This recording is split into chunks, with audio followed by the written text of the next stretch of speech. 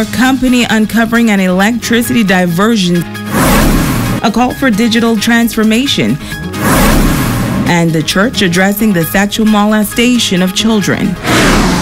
The Bahamas Tonight Northern Edition starts now.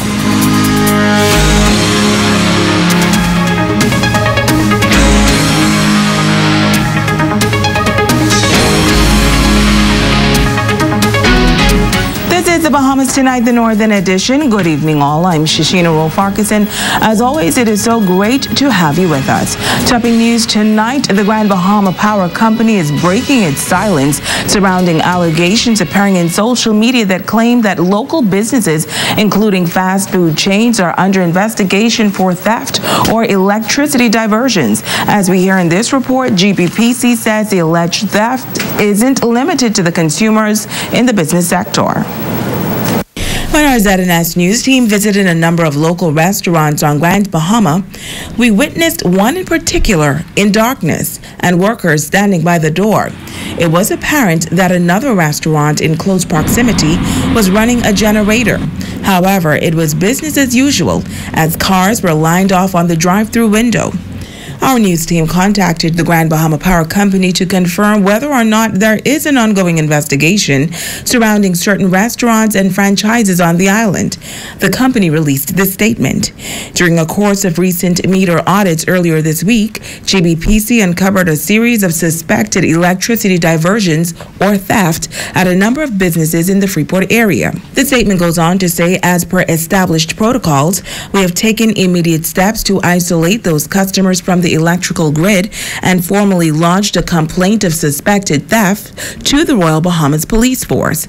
According to the statement, the police has officially launched an investigation, and based on their knowledge, persons are assisting the police in this matter. The statement adds that at this time it isn't clear the number of GBPC customers involved, but there is evidence that other businesses and residential locations are also utilizing this practice, and they are working with the Royal Bahamas Police Force to further assess the matter. At this time, GBPC says their primary concern is the serious safety risk these diversions pose to the public and its employees. The local power company is also urging the public to report any suspected wiring and electrical system irregularities without delay in order to address these serious safety issues. They are also advising customers with any questions to contact them at 352-8411 or 300-4826. Now, our ZNS News team also reached out to Pepe Holdings, owner of 3 of the local franchises here on the island. That's Burger King East Mall Drive, Pollo Tropical, and Burger King Ranfilly Circle. We have been advised that these stores are in full operation mode, and management say that there is no concern at this time. In other news, smartphones, smartwatches, and smart cars, all trusted smart products. And with more and more technological advancements developing, some countries are forced to follow suit. Tonight, the Minister of State for Grand Bahama says government agencies must focus on digital transformation. Jamila Mizik reports. Trusted smart products, the theme for this year's World Consumer Rights Day, a talking point for Minister of State for Grand Bahama, Senator Crazy Thompson.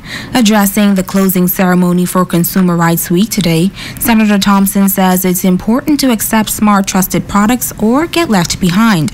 In doing so, the minister says the government is focused on advancing and expanding e-government services for consumers. We must also be focused on the digital revolution and digital transformation of our government. Because if all of our persons are using smartphones, and the private sector is using smartphones, and the private sector is moving forward with digital services, the banks are moving forward with online services, insurance companies, other companies are moving forward with digital services, but the government is still far behind, then that is a major problem for the country. He adds that within 2 to 3 weeks, the government will execute an Inter-American Development Bank loan for $30 million geared towards transforming e-government services.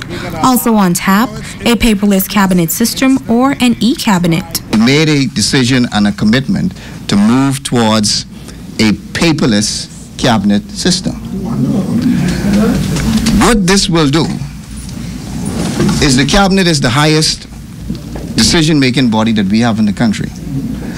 And if we can make decisions more effectively and more efficiently, then that means that those decisions can be executed more effectively and more efficiently. Thompson says although the government has already moved forward with some e-services, he admits government agencies have not been good at communicating with each other. The thing that we have not been good at is these government agencies digitally speaking to each other. So, for example, there is a principle in Estonia that we will very soon be adopting in the Bahamas. If a government agency has a piece of information about you, no other government agency should be able to ask you for that same piece of information. Thompson says if the Bahamas models countries like Estonia with successful e-services already in place, it'll make life much easier for Bahamians. Jamila Mizik, ZNS Network News. In other news, the increase in alleged sexual abuse is a matter of concern for members of the clergy here on Grand Bahama. The president of the Grand Bahama Christian Council, Robert Lockhart, says the proliferation of perversion and nudity in society is contributing to this kind of behavior. And he says Bahamians must work together to eradicate it. Rumiko Knowles has more. Members of the Grand Bahama Christian Council gathering at the St. John's Jubilee Cathedral addressing a number of issues plaguing the country. One of them, sexual molestation of children. President of the Grand Bahama Christian Council, Robert Lockhart, says such acts on children has an effect on them for the rest of their lives, adding that in most of the cases he's seen, many of the offenders were close relatives. Lockhart offers this advice to parents. Parents, we must make sure, first of all, the children are not neglected, the children are not left uncared for, the children are not left with persons that cannot be trusted, and that also that children are also communicated to as to when they're being mishandled, what is a proper touch, what is an improper touch, so that even at the quickest inclination, even if it's just a simple touch, that child is able to say that, mommy, your friend, daddy, mommy, uncle, auntie, cousin, big brother, friend across the street, touched me in a way that made me uncomfortable. Pastor Lockhart says the increase of pornography and easy access to it is also increasing this kind of behavior, noting that pornography has an effect on a person's mind, causing them to view children in a sexual manner. He says to persons not wanting to report sexual abuse out of fear or shame, he says you're a part of the problem, not the solution. If you are aware, if you are in relationship, married to, dating, living with, someone that is a child molester, or you know that they've molested your child, your niece, your little cousin, whoever it is, that person must be turned in to the authorities, because if they're not, they're going to do it again. Not only to your child, but they're going to do it to someone else. Now to persons who are victims of sexual abuse and may not know who to speak with. Lockhart says that pastors are still the #1 counselors in the country, and the church is a safe haven. I encourage you that if you feel that you can't tell anybody else, tell your pastor. As pastors, we know the right thing to do. And sometimes, if you're not, sometimes people feel like my mom is not the best person to tell. My dad is not the best person to tell. My friends are not the best person to tell, or my teacher's not the best person. I don't want to go to my guidance council, whatever it is. But find your pastor, even though all of those persons should be told, but find your pastor, speak with him. Every pastor in this country that is a true pastor knows the right thing to do. While sexual abuse may have an effect on a person for the rest of their lives, Pastor Lockhart says there is still hope and healing is available.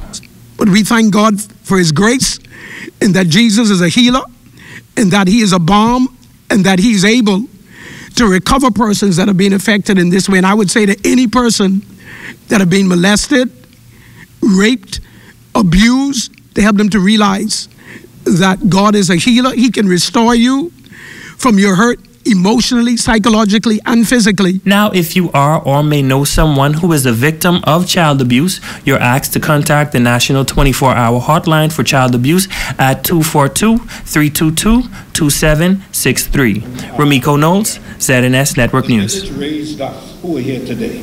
In news from the crime beat, 26-year-old Alexander Sweeting sentenced to 30 years in prison. Sweeting was convicted earlier this year of the December 2015 murder of Whitfield Jones and returned to the Supreme Court this week for sentencing. Based on evidence in the case, the two men were involved in an altercation, and Sweeting left the scene but returned a short time later, shooting Jones multiple times about the body. Justice Estelle Gray Evans handed down that sentence earlier this week. You're watching the Bahamas Tonight, the Northern Edition. Stay with us. There's more news on the other side of the break.